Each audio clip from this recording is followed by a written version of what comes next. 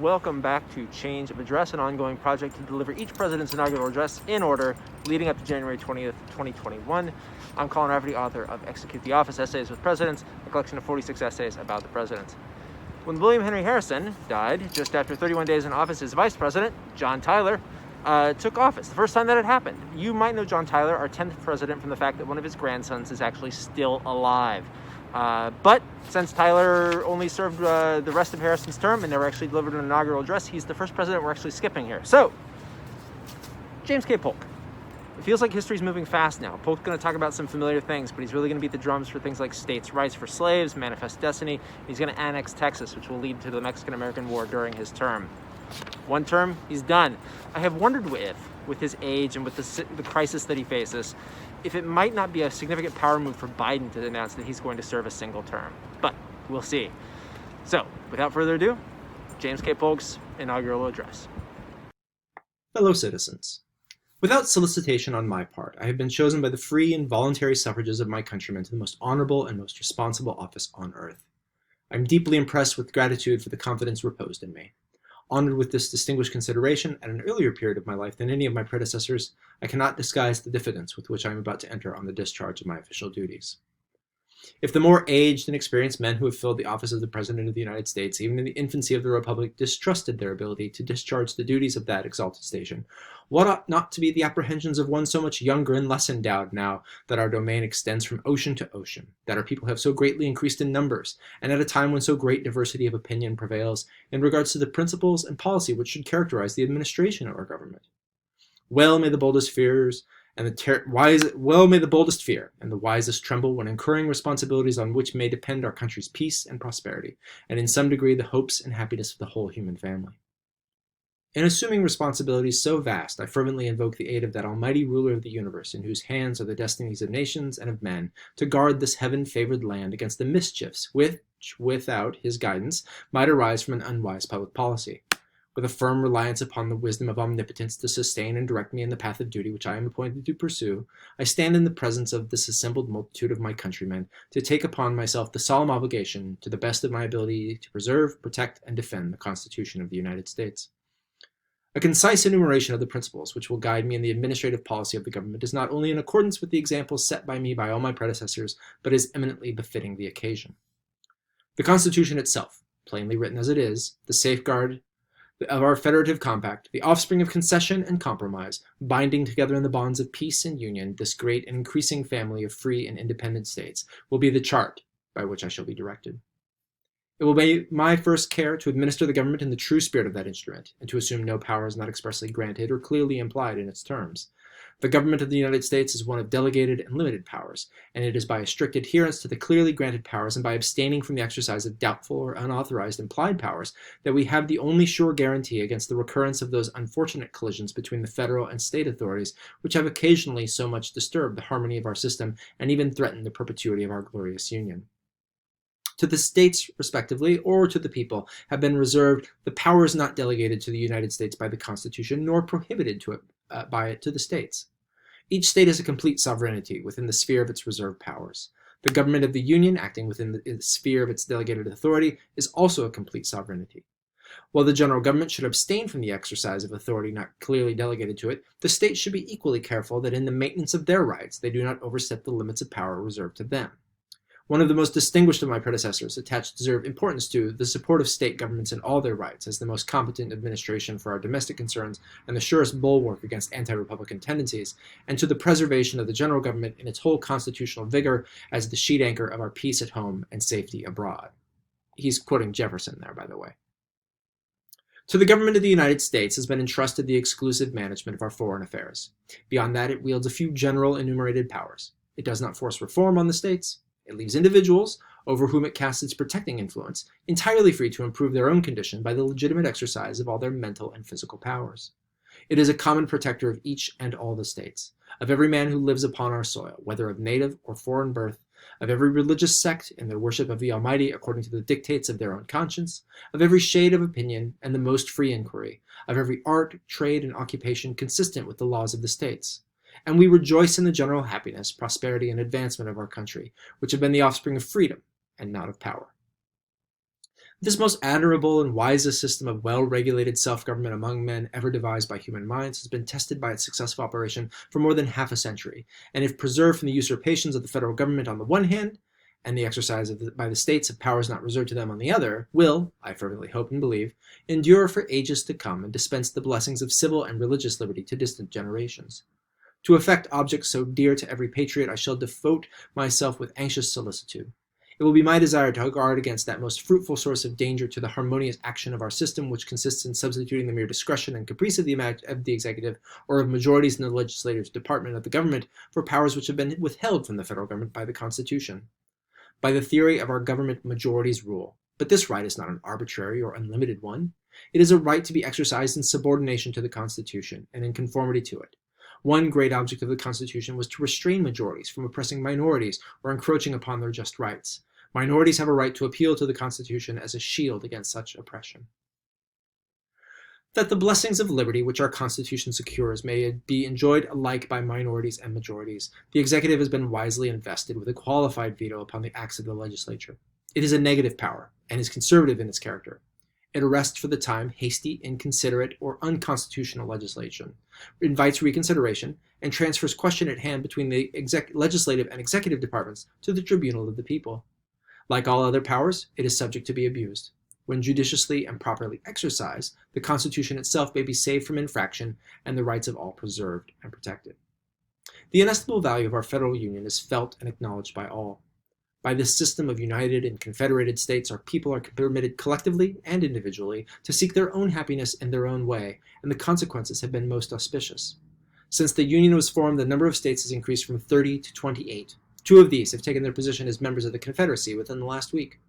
Our population has increased from 3 to 20 millions. New communities and states are seeking protection under its aegis, and multitudes from the old world are flocking to our shores to participate in its blessings. Beneath its benign sway, peace and prosperity prevail. Freed from the burdens and miseries of war, our trade and intercourse have extended throughout the world. Mind, no longer tasked in devising means to accomplish or resist schemes of ambition, usurpation, or conquest, is devoting itself to man's true interests in developing his faculties and powers and the capacity of nature to minister to his enjoyments. Genius is free to announce its inventions and discoveries, and the hand is free to accomplish whatever the head conceives, not incompatible with the rights of a fellow being. All distinctions of birth or of rank have been abolished. All citizens, whether native or adopted, are placed upon terms of precise equality. All are entitled to equal rights and equal protection. No union exists between church and state, and perfect freedom of opinion is guaranteed to all sects and creeds. These are some of the blessings secured to our happy land by our federal union. To perpetuate them, it is our sacred duty to preserve it. Who shall assign limits to the achievements of free minds and free hands under the protection of this glorious union? No treason to mankind, since the organization of society would be equal in atrocity to that of him who would lift his hand to destroy it. He would overthrow the noblest structure of human wisdom, which protects himself and his fellow man. He would stop the progress of free government and involve his country either in anarchy or despotism. He would extinguish the fire of liberty, which warms and animates the hearts of happy millions and invites all the nations of the earth to imitate our example. If he says that error and wrong are committed in the administration of the government, let him remember that nothing human can be perfect, and that under no other system of government revealed by heaven or devised by man has reason been allowed so free and broad a scope to combat error. Has this sort of despots proved to be a safer or surer instrument of reform in government than enlightened reason? Does he expect to find among the ruins of this union a happier abode for our swarming millions than they now have under it? Every lover of his country must shudder at the thought of the possibility of its dissolution, and will be ready to adopt the patriotic sentiment, our federal union, it must be preserved. He's quoting Jackson there. To preserve it, the compromises which alone enabled our fathers to form a common constitution for the government and protection of so many states and distinct communities of such diversified habits, interests, and domestic institutions must be sacredly and religiously observed. Any attempt to disturb or destroy these compromises, being the terms of the Compact of Union, can lead to none other than the most ruinous and disastrous consequences. It is a source of deep regret that in some sections of our country, misguided persons have occasionally indulged in schemes and agitations whose object is the destruction of domestic institutions existing in other sections, institutions which existed at the adoption of the Constitution and were recognized and protected by it. All must see that if it were possible for them to be successful in attaining their object, the dissolution of the Union and the consequent destruction of our happy form of government must speedily follow. I am happy to believe that at every period of our existence as a nation there has existed, and continues to exist, among the great mass of our people, a devotion to the union of the states which will shield and protect it against the moral treason of any who would seriously contemplate its destruction. To secure a continuance of that devotion, the compromises of the Constitution must not only be preserved, but sectional jealousies and heartburnings must be discountenanced, and all should remember that they are members of the same political family, having a common destiny. To increase the attachment of our people to the Union, our laws should be just. Any policy which shall tend to favor monopolies or the peculiar interests of sections or classes must operate to the prejudice of the interest of their fellow citizens and should be avoided. If the compromises of the Constitution be preserved, if sectional jealousies and heartburnings be discountenanced, if our laws be just and the government be practically administered strictly within the limits of the power prescribed to it, we may discard all apprehensions for the safety of the Union.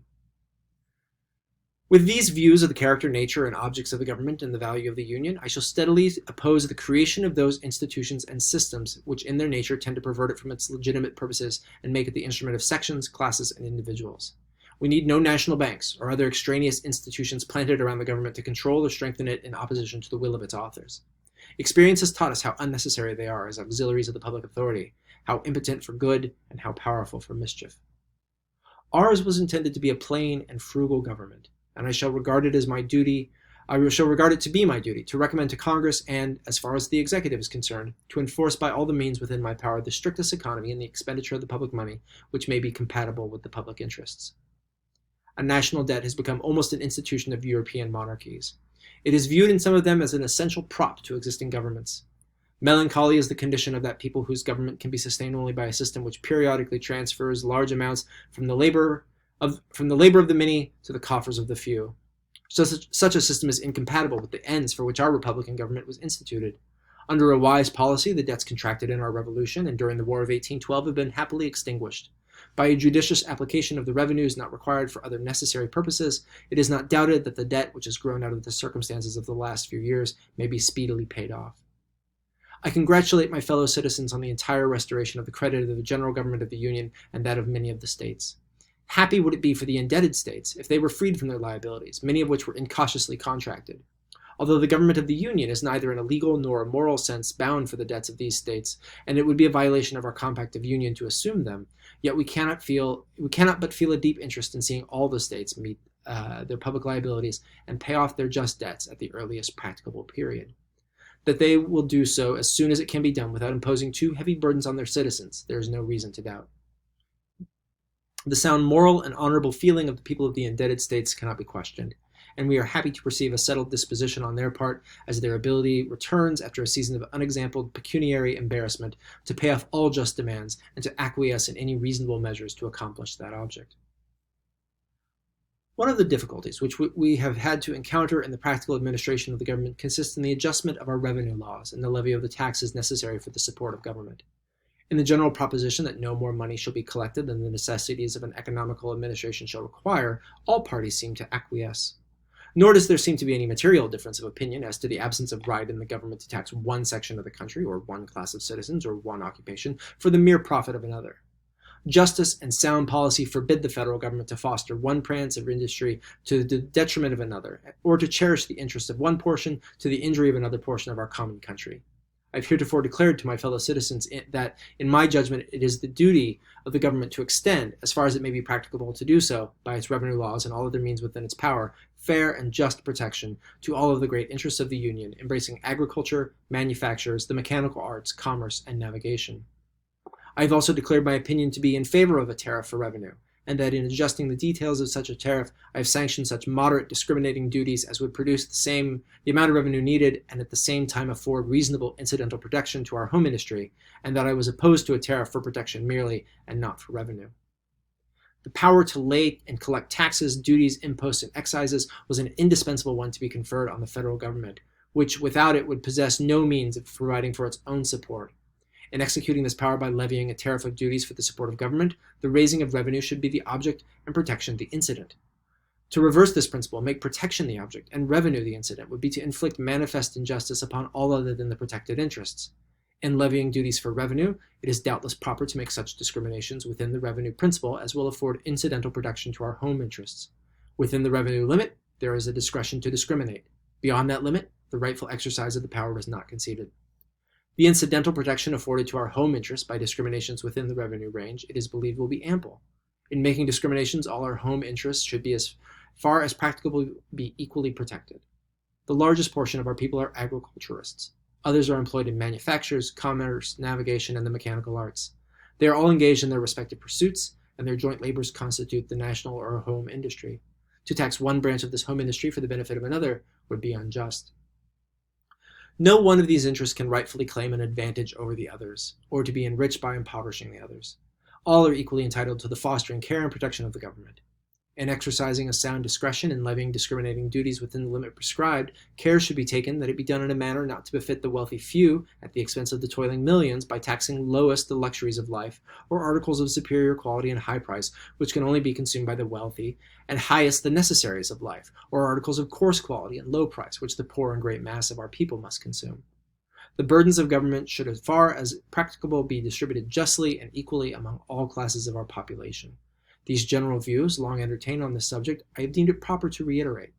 It is a subject upon which conflicting interests of sections and occupations are supposed to exist, and a spirit of mutual concession and compromise in adjusting its details should be cherished by every part of our widespread country as the only means of preserving harmony and a cheerful acquiescence of all in the operation of our revenue laws. Our patriotic citizens in every part of the Union will readily submit to the payment of such taxes as shall be needed for the support of their government, whether in peace or in war, if they are so levied as to distribute their burdens as equally as possible among them. The Republic of Texas has made known her desire to come into our Union, to form a part of our Confederacy and enjoy with us the blessings of liberty secured and guaranteed by our Constitution.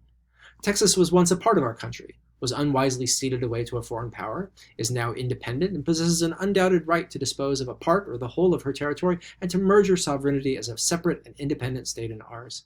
I congratulate my country that by an act of the late Congress of the United States, the assent of this government has been given to the reunion, and it only remains for the two countries to agree upon the terms to consummate an object so important to both. I regard the question of annexation as belonging exclusively to the United States and Texas. They are independent powers competent to contract, and foreign nations have no right to interfere with them or to take exceptions to their reunion. Foreign powers do not seem to appreciate the true character of our government. Our Union is a confederation of independent states whose policy is peace with each other and all the world.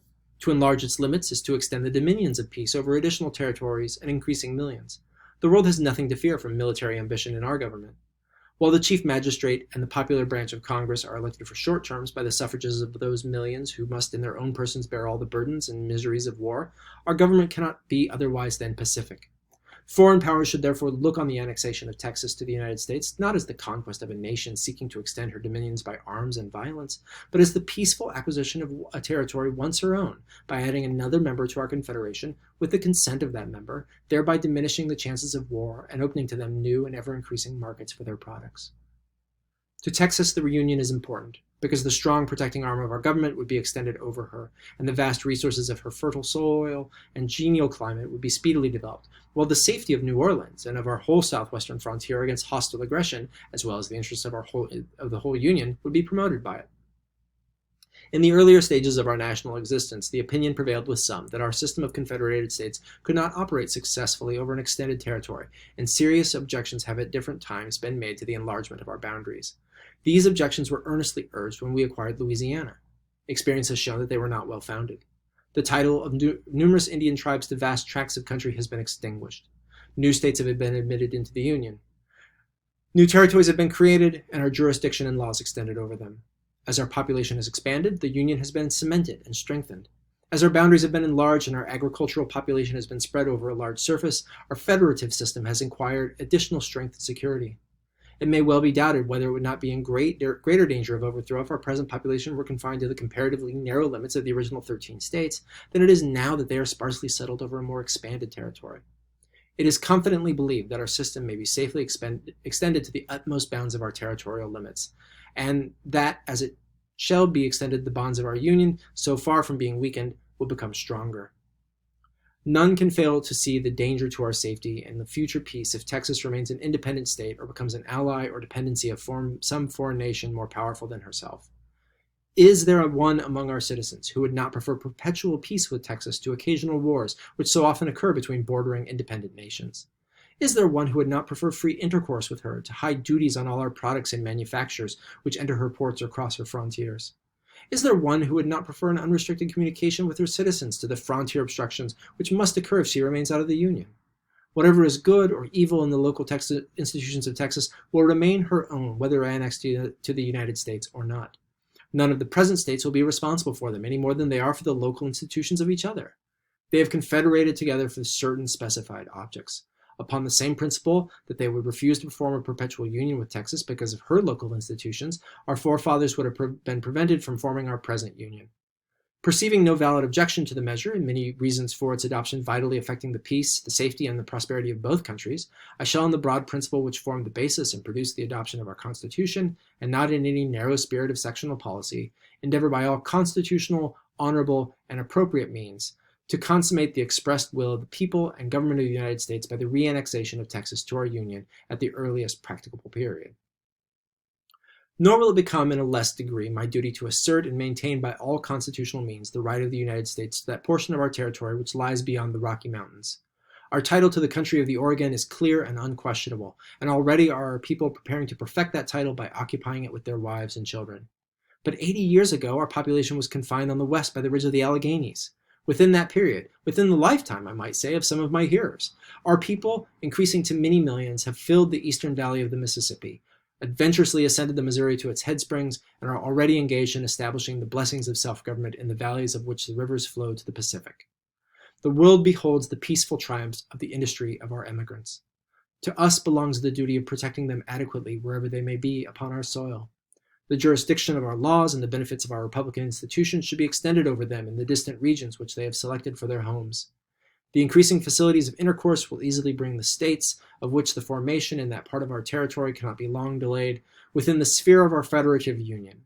In the meantime, every obligation imposed by treaty or conventional stipulations should be sacredly respected.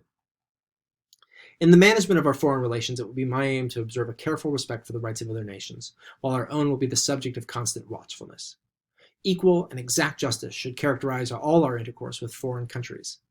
All alliances having a tendency to jeopard the welfare and honor of our country or sacrifice any one of the natural interests will be studiously avoided, and yet no opportunity will be lost to cultivate a favorable understanding with foreign governments by which our navigation and commerce may be extended, and the ample products of our fertile soil, as well as the manufacturers of our skillful artisans, find a ready market and remunerating prices in foreign countries. In taking care that the laws be faithfully executed, a strict performance of duty will be exacted from all public officers. From those officers, especially, who are charged with the collection and disbursement of the public revenue, will prompt and rigid accountability be required. Any culpable failure or delay on their part to account for the monies entrusted to them at the times and in the manner required by law will, in every instance, terminate the official connection of such defaulting officer with the government. Although in our country the chief magistrate must almost of necessity be chosen by a party and stand pledged to its principles and measures, yet in his official action he should not be the president of a part only, but of the whole people of the United States. While he executes the laws with an impartial hand, shrinks from no proper responsibility, and faithfully carries out in the executive department of the government the principles and policy of those who have chosen him, he should not be unmindful that our fellow citizens who have differed with him in opinion are entitled to the full and free exercise of their opinions and judgments, and that the rights of all are entitled to respect and regard. Confidently relying upon the aid and assistance of the coordinate affairs of the government in conducting our public duties, I enter upon the discharge of the high duties which have been assigned me by the people. Again, humbly supplicating that divine being who has watched over and protected our beloved country from its infancy to the present hour to continue his gracious benedictions upon us, that we may continue to be a prosperous and happy people. James K. Polk's only inaugural address from the one term he pledged to serve. Here's a fun fact. The inauguration of Polk was actually the first one that was reproduced in an engraving form. A British newspaper ran the illustration in their issue. So, during Polk's term, the Mexican-American War happens, and indeed the next man elected to the presidency is a general of that war. So tomorrow, Zachary Taylor's inaugural address. Thanks for tuning in. Feel free to comment, subscribe, all that good stuff. See you tomorrow.